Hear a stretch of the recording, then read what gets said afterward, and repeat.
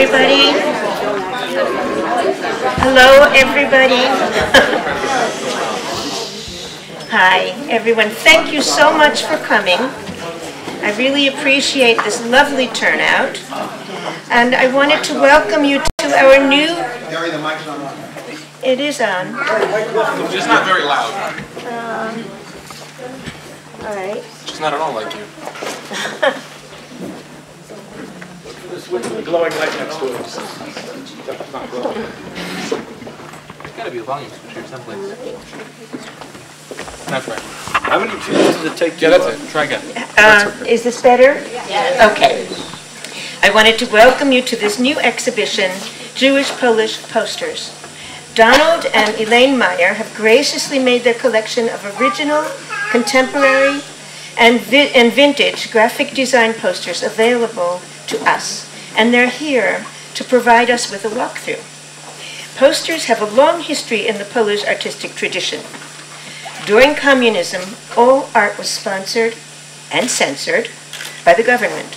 Artists from the media of painting, drawing, sculpture, and photography were well paid to design artistic announcements for cultural events, blurring the line between art and commercial design.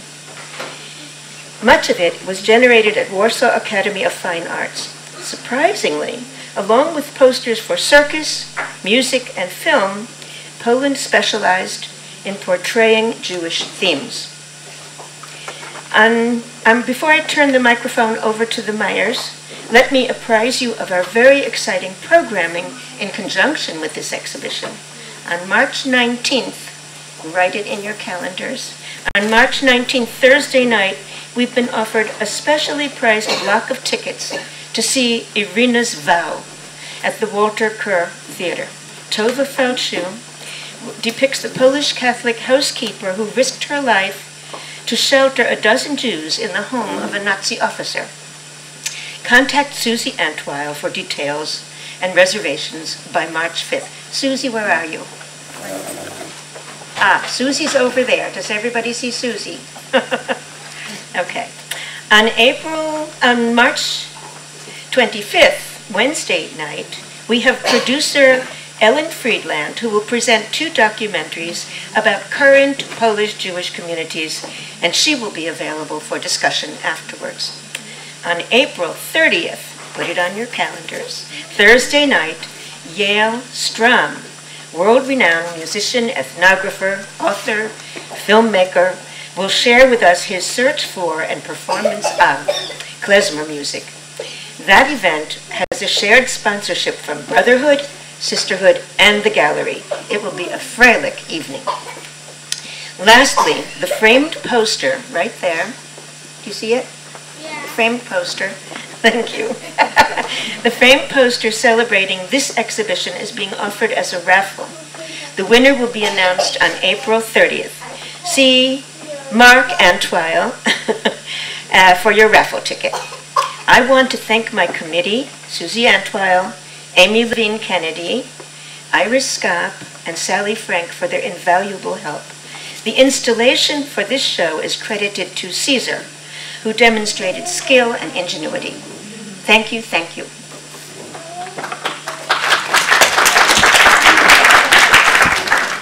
Would you like to talk about it? Okay, I'm Donald Mayer. Can you hear me? Not quite. Can you turn the mic up? Somebody? Caesar? Let's see if it's the same one as the last time. Hold on a second. All right, I'll try to project. I'm Donald Mayer. Try it again. I am Donald Mayer. My wife Elaine. Go back to yourself. And we welcome all of you here today. Let's give a round of applause to Terry Trieger.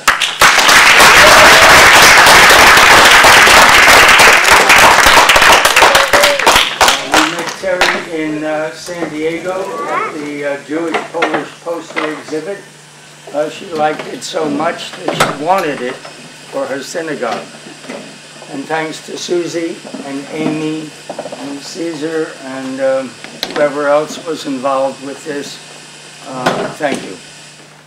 We asked the Polish Consul General to come here today, but he said he was going to a carnival.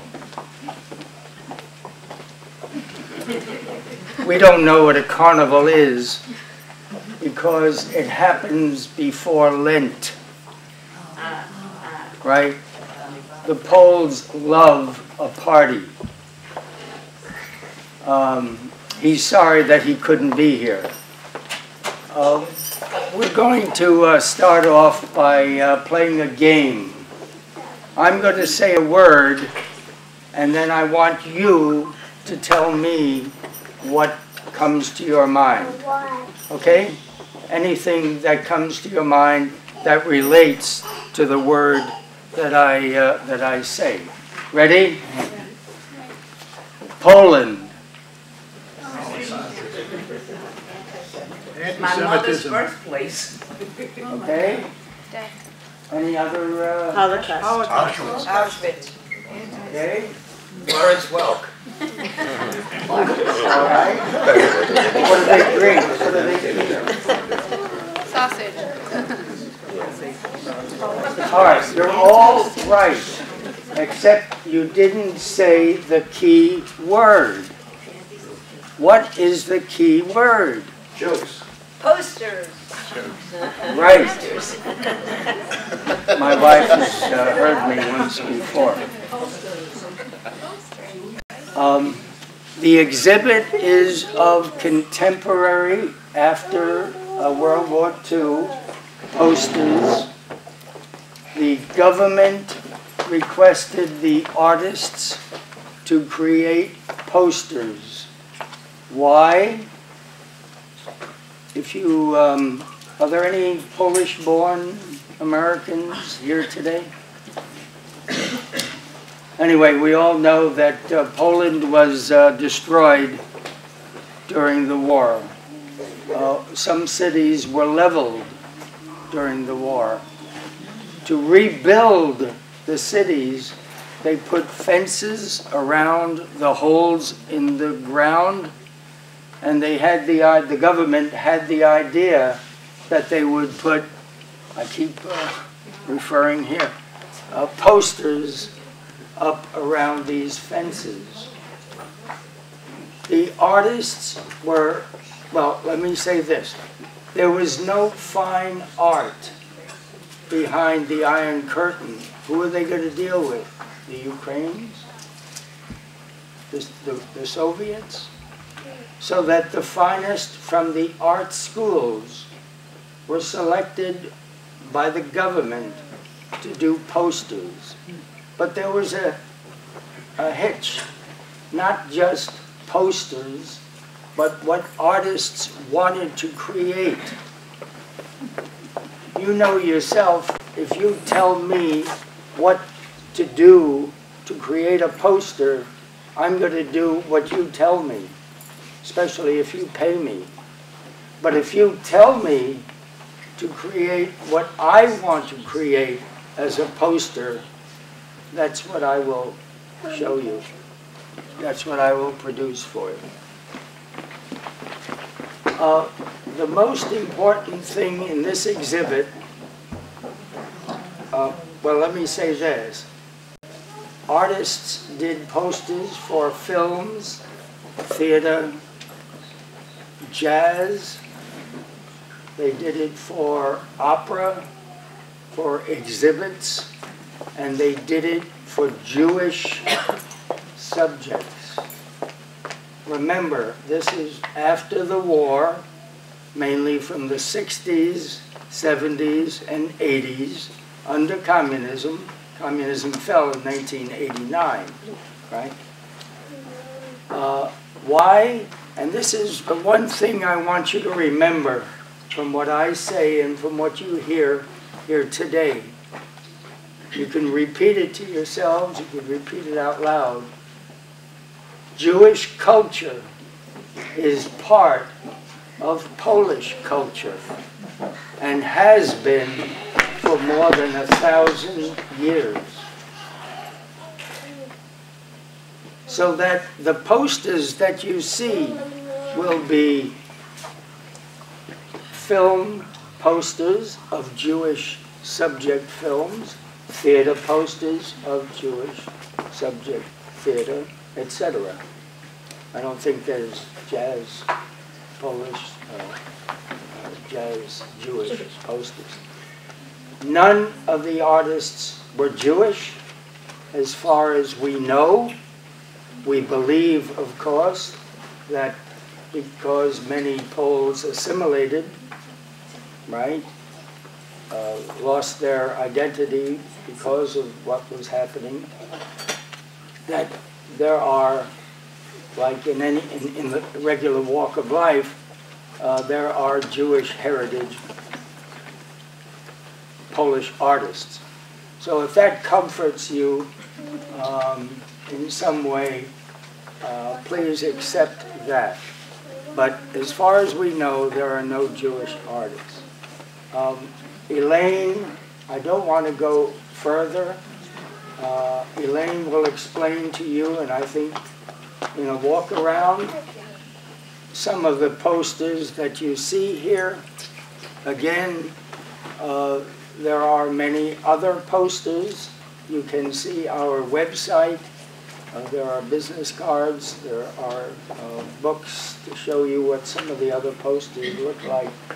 But this is just the tip of the iceberg. Why the Jewish posters we have here? Why? What did I tell you before? Jewish culture was part of Polish culture and has been for more than 1,000 years. So thank you very much. Elaine, will you take over?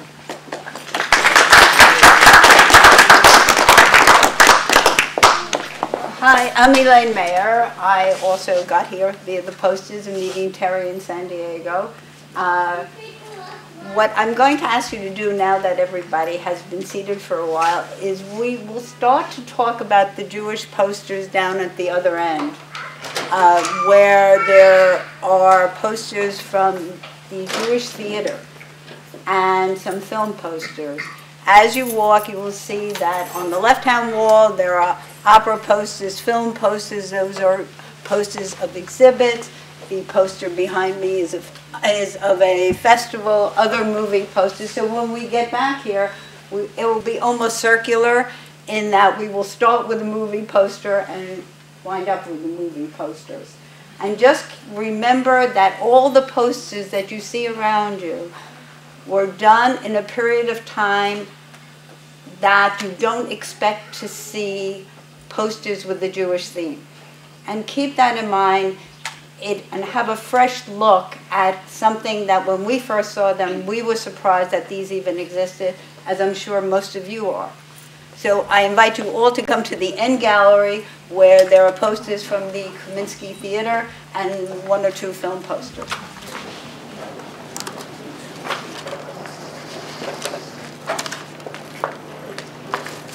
Okay.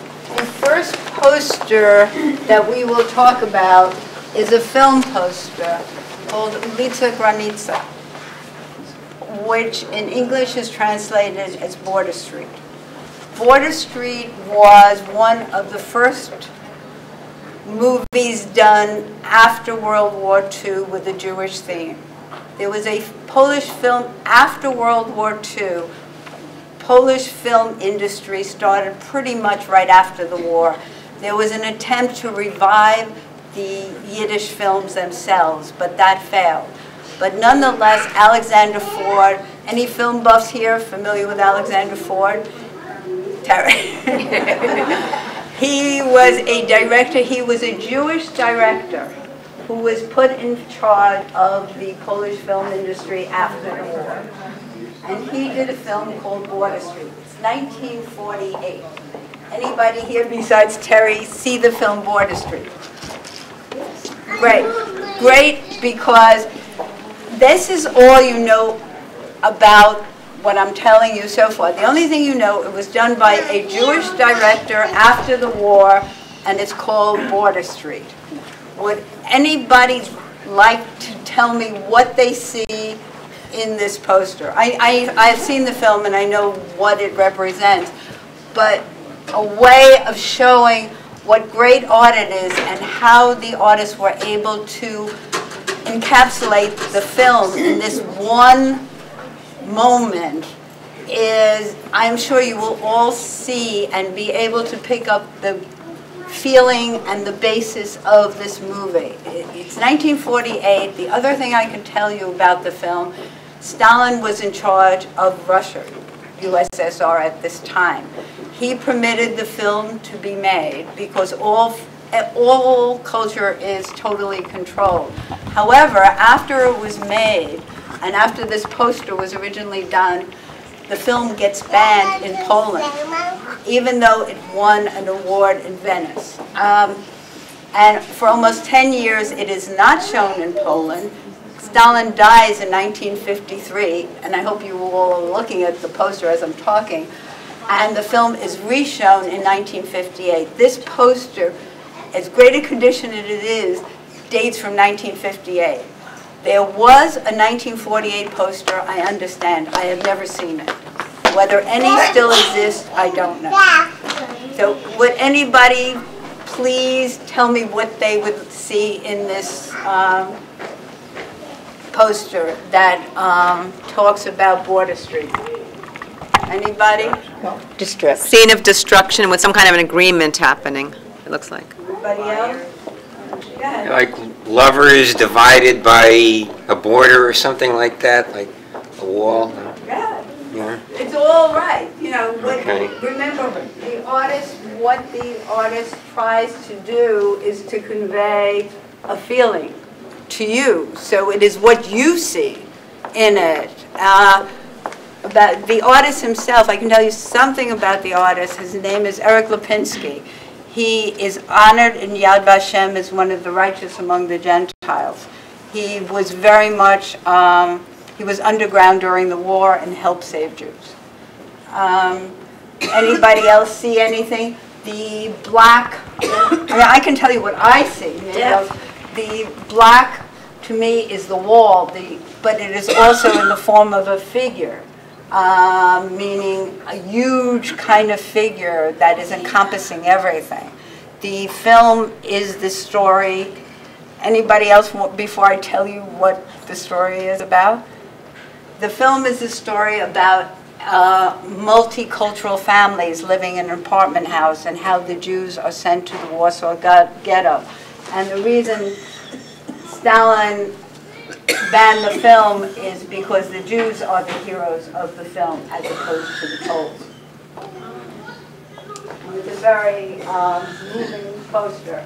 Over here, to my right, is a, maybe I should stand here, is a poster done for the Yiddish Theater, which all those posters on the long wall are.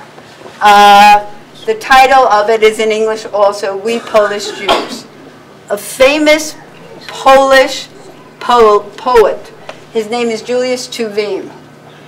He was an assimilated Jew and really didn't recognize his own Judaism until the Holocaust, at which point he was able to get to England and he wrote a manifesto called We Polish Jews, which is very important from many aspects, but one is he considered himself a Jew. He was writing about the plight, this is 1944, about the plight of the Jews in Poland.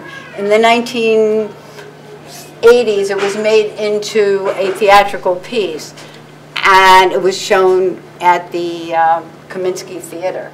And again, full of symbolism, the use of seven and their use of stones, the symbol, the traditional Jewish symbol for putting stones on grave sites, the bird calling out to people. Anybody else want to tell me what they see in it? And in the far case there, There are little scraps of, as though communication was blocked. There's little scraps with writing on them. yeah, and maybe it's, you know, possibly, you know, supplication, like little scraps in the wall. It looks to me like the bird is dying or falling rather than calling out. Maybe. No, I didn't do it, right. Well, no, maybe the artist who did it is one of the younger artists of the Polish School of Posters. He is still alive. His name is Majewski. He also did the cover of the book. This book itself is in the case as you walk into the exhibit. I just want to add one thing. Elaine alluded to it, and it's very important. This is under Soviet domination, right? Poland is run by the Soviet Union. Everything was censored. Everything was controlled, right? Who went to the Jewish theater then? Poles. They perform in Yiddish. Gentiles. My point is that everything has what we call a hidden meaning, whether it's Jewish posters or the circus posters, CYRK. If we were in Poland today, we would better understand the meanings of many of these posters because of these hidden meanings, because everything was censored. And also the Poles are the artists were communicating to the public through the posters. So whether it's hidden or just a means of communication, the Poles are very deep, very intellectual, and the artists were too. So they have put a lot of meaning into the posters. As far as now, all these posters, besides we Polish Jews, all the posters on this long wall were done for the Kaminsky Theater. The Kaminsky Theater, like the film industry, Yiddish theater was started right after the war. It started in different places, and as Donald pointed out, supported by the communist government after the war. In 1955, it's joined. It is made into a national Yiddish theater, and it moves to Warsaw. It is named after Esther Kaminska, who was the mother of Ida Kaminska, who was the founder of the Yiddish theater in Warsaw. And the productions were mostly in Yiddish, simultaneously translated. The theater is still there. It is still supported by the state. One of the interesting aspects is that although the Polish School of Posters ended pretty much after the fall of communism, there was no longer a communist support for the artists. The Yiddish theater still pays artists to do posters in the manner of the Polish School of Posters, as opposed to the American commercial method. For the most part, after communism fell, the artists no longer had an employer, meaning the communist government, and had to either go find a job, or many of them taught in schools.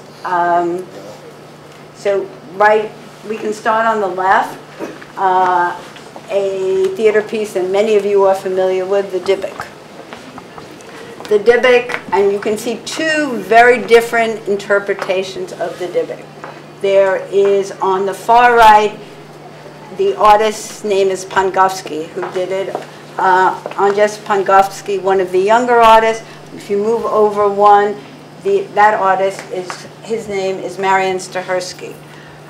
Both those two artists did very many posters for the Kaminska Theater. One is done in a folklore kind of way, in which the emphasis is on the love story. The other is very much more in the style of The Exorcist, and which shows that a poster can represent different aspects of a production, of a story, and still be very much encapsulating the essence of the story. The Stahersky, there is a rumor that Stahersky was Jewish. I don't know if that's true. Donald said none of the artists were Jewish. We don't know. It was politically incorrect to be Jewish under communism. Pongowski currently is not Jewish. Pongowski is the same artist who did The Magic World of Chagall, who did Tevye the Milkman. And those are the posters that he did. The poster right over here is Herschel of Astropol. It's based on a folklore story about a prankster named Herschel who lived in the Ukraine. Well, I guess we can talk more. This is Tevye the Milkman on what, which is the Sholem Aleichem story that Fiddler on the Roof is based on.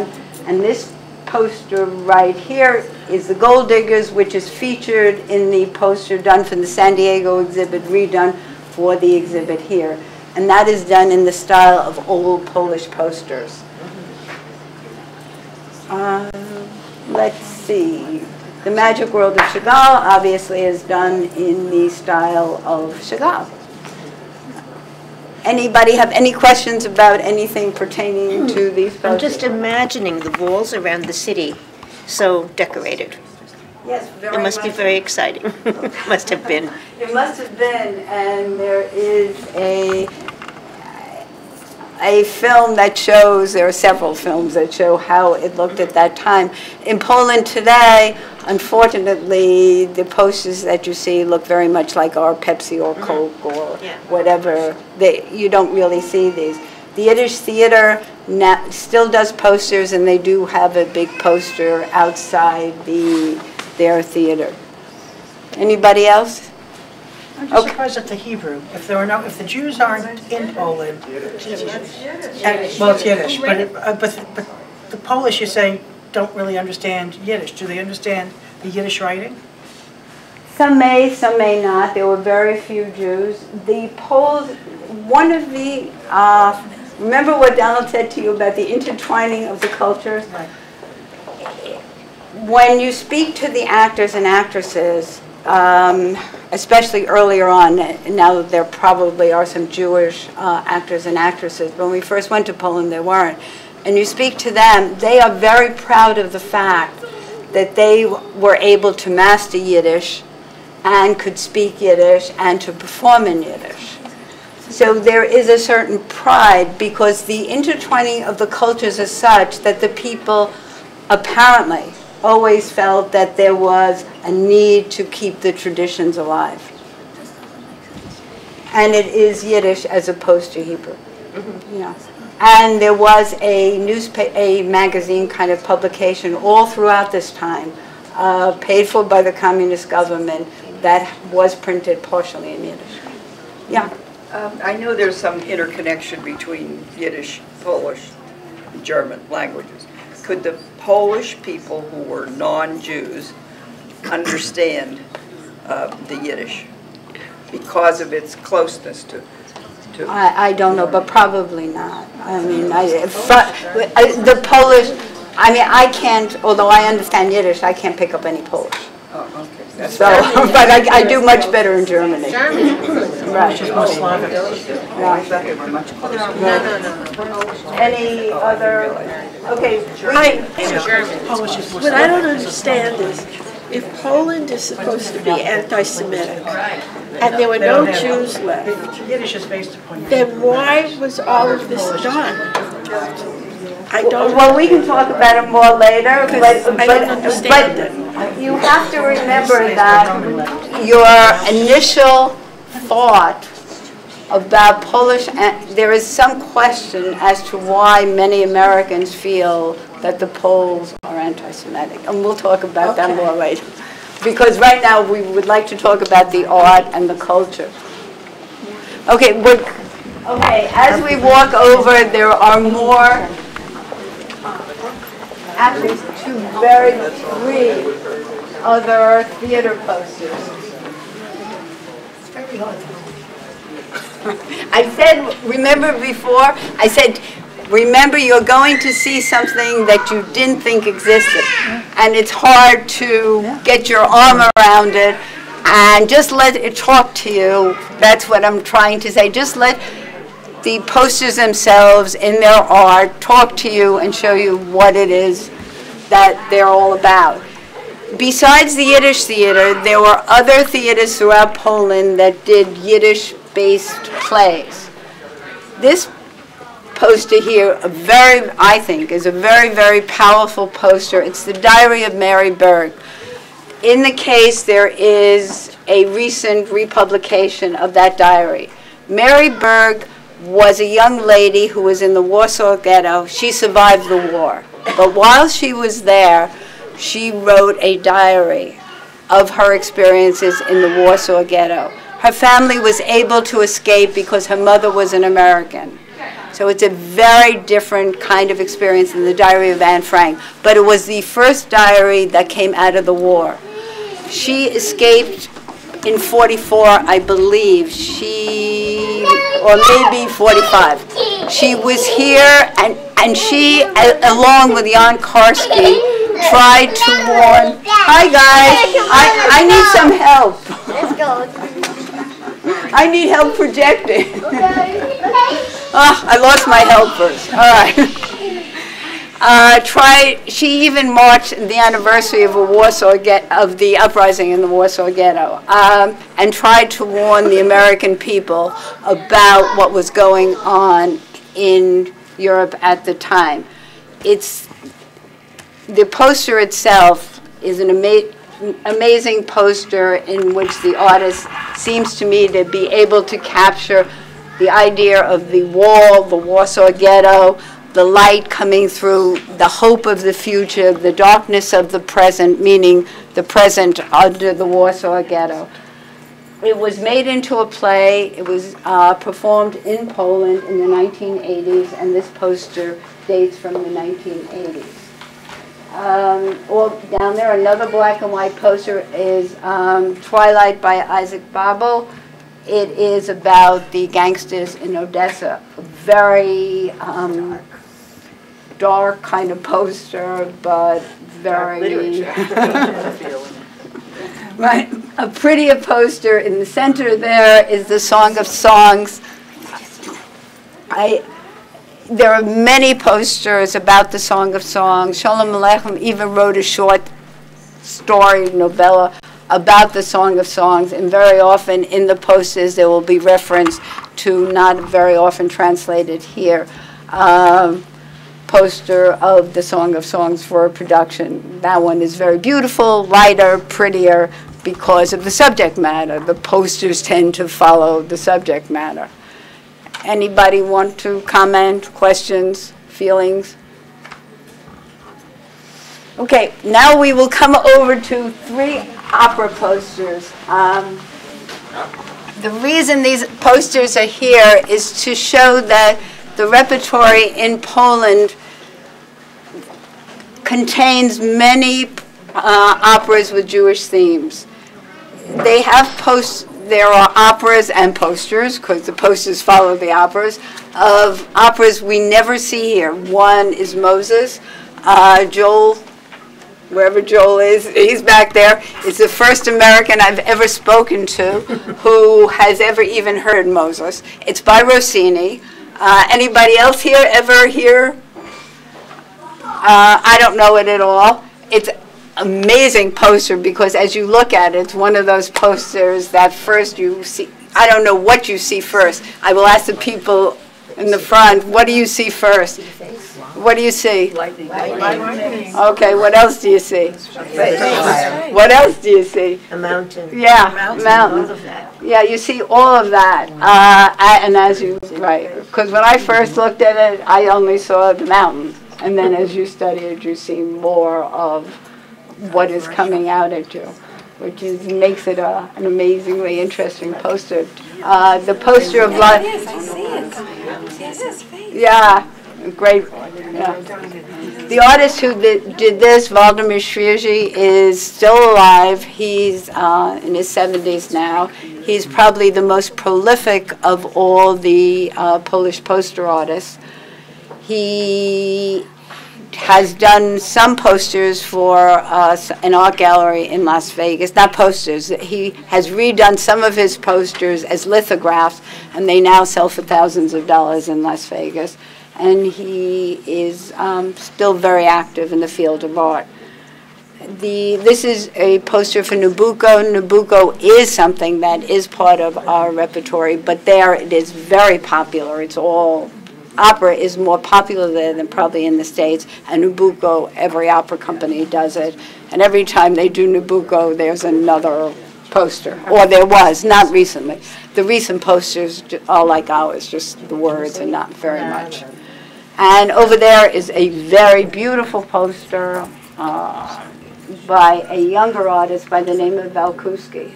And I was totally unfamiliar with the opera by Halavi for La Juif.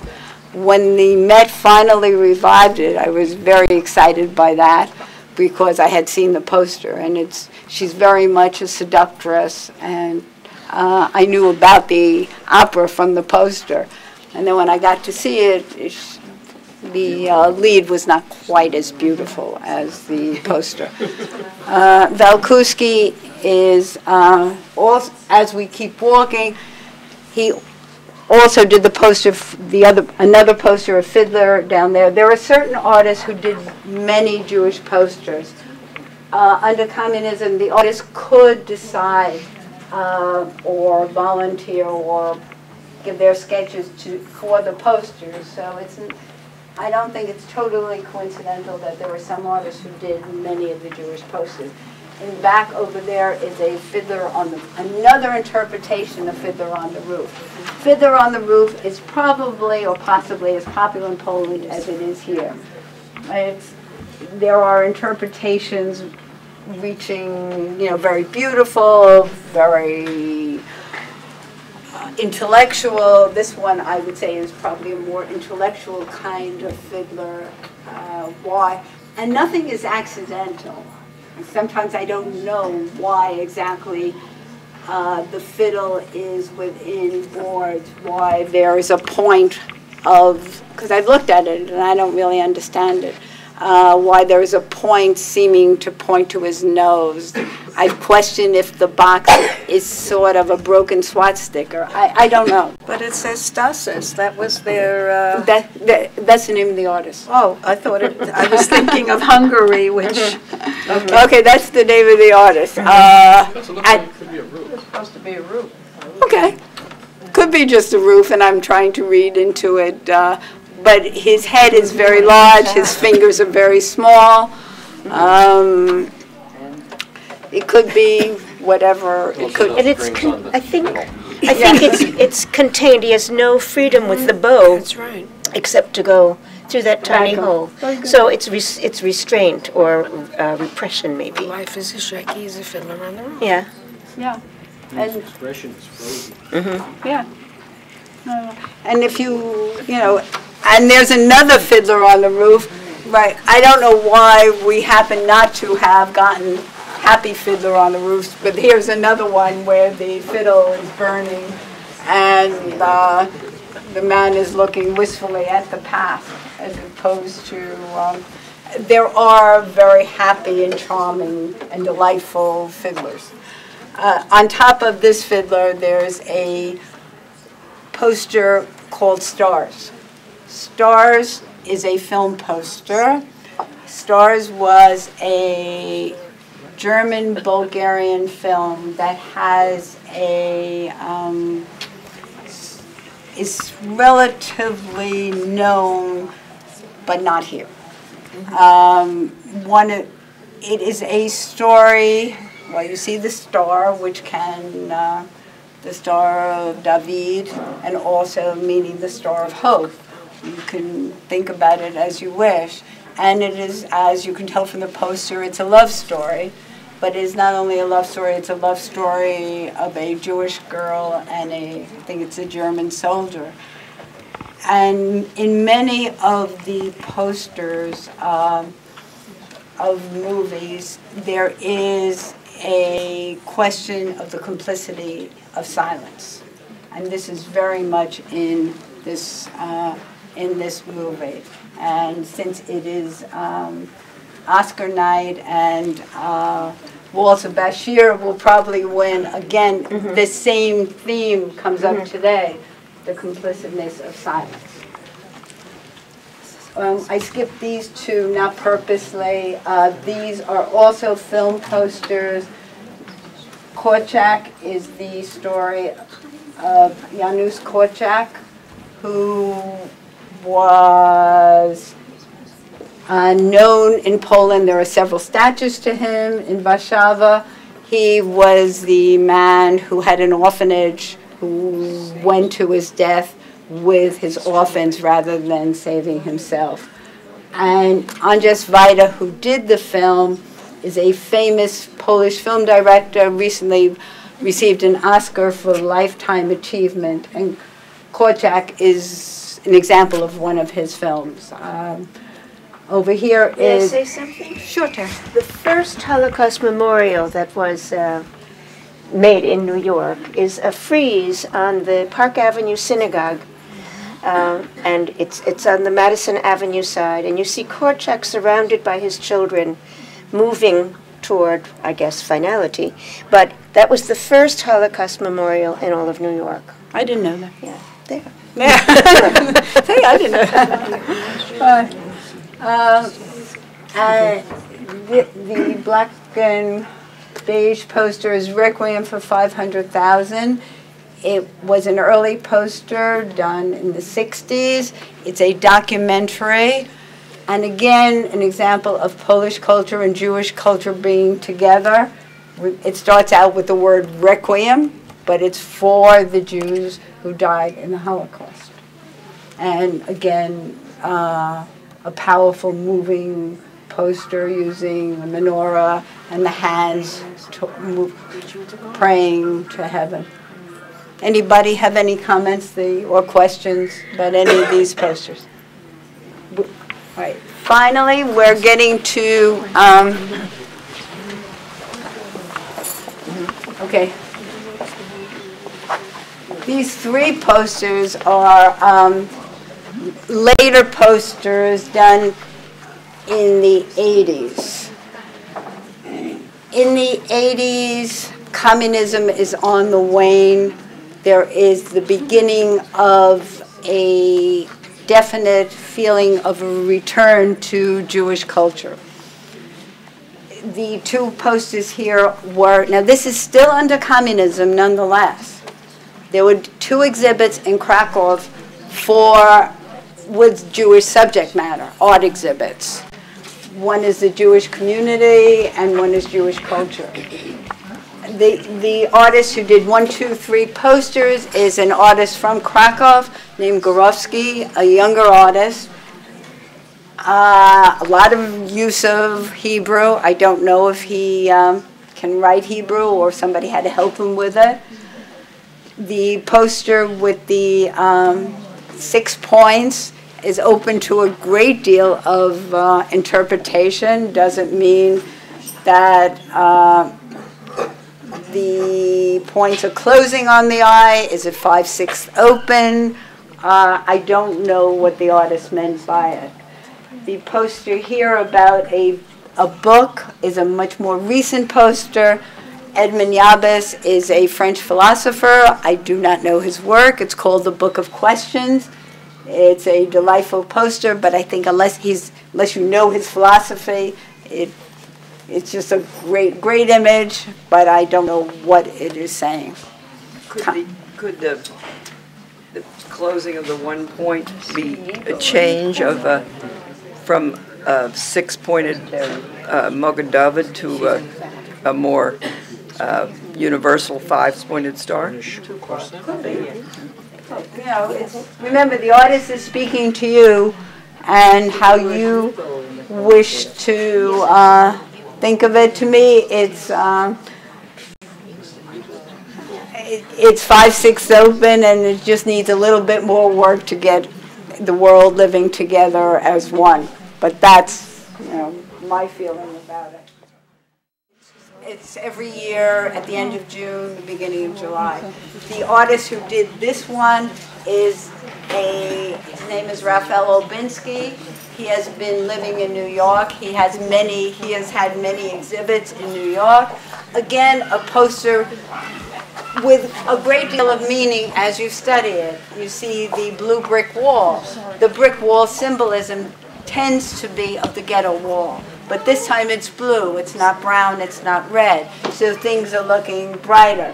The rainbow on the Star of David, things are really looking bright. We're going to a new era.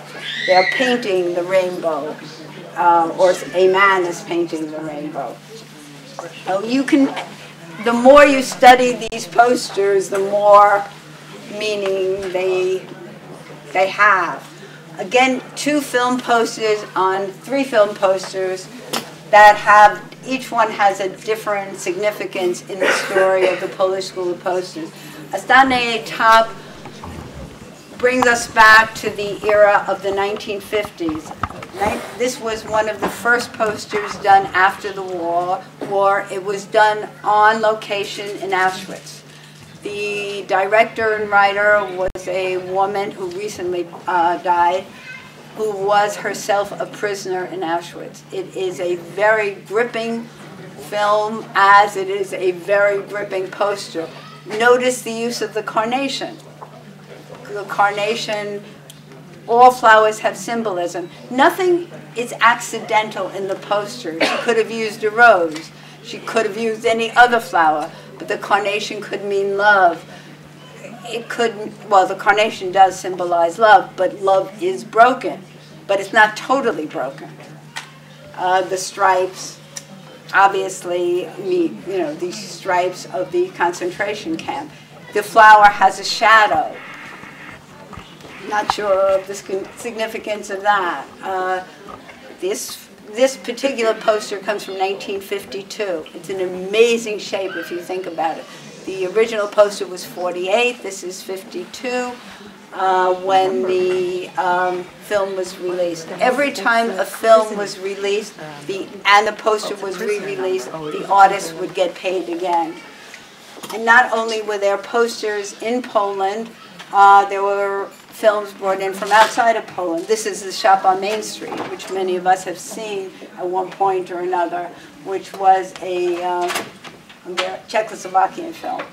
And finally, the film of Osteria, this is a later film, 1983. The director who did it, it is based on a story by a Jewish novelist. And it is the story of the Hasidim, and it is to me, it is almost, I don't know how to say it, he loves the Hasidim. They are the heroes of the film. And before, Kabelarich is the name of the director, and he said he originally had the idea for the film in the 1960s. How much Jewish culture and Jewish posters existed had to do with the political climate at the time. He didn't feel that the communist government would pay for his film from his original concept in the 1960s until 1983 when the film was produced. And again, a very moving poster of Jewish life. Any questions about? Yeah, has there anything been written anywhere by any of these artists saying what he meant in his poster? No, but most artists will not. No, because but most. I just thought when there were so many, maybe somebody might have. No, well, there are no books about. We hope maybe someday to write about the Polish Jewish posters, but there are no books about Polish Jewish posters. And what artists believe, artists speak through their posters, their art. Anybody else? What do you mount them on to preserve them like this? Oh, good question. They're on linen. When all these posters are on linen, right. When many of the posters, remember the art is great, the artists are great, the paint is great, everything's great, the paper is terrible. It's under communism. Very good question. The paper is awful. Some of them, when you pick them up, when you first find them, they'll almost collapse in your hand. The paper is so bad during some periods. So all our posters, whether they're Jewish posters or not, are sold mounted on linen, as are Toulouse-Lautrec posters and all fine vintage posters. And that keeps them in their current condition. Very good question. Thank you, everybody. Thank you.